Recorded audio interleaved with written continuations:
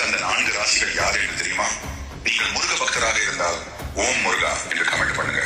பொதுவாக உலகாளும் கந்தனுக்கு அனைத்து ராசிக்காரர்கள் மீதும் கருணை உண்டு என்பதில் எந்த சந்தேகமும் இல்லை.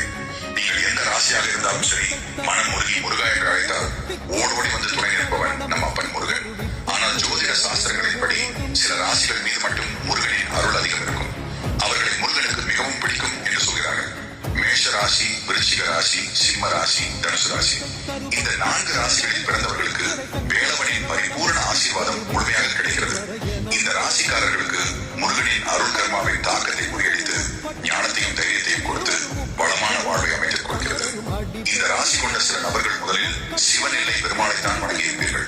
பிறகு முருகன் மீது பற்று ஏற்பட்டு முருகனின் தீவிர பக்தராக இன்றைய சூழல் மாறியிருப்பீர்கள்.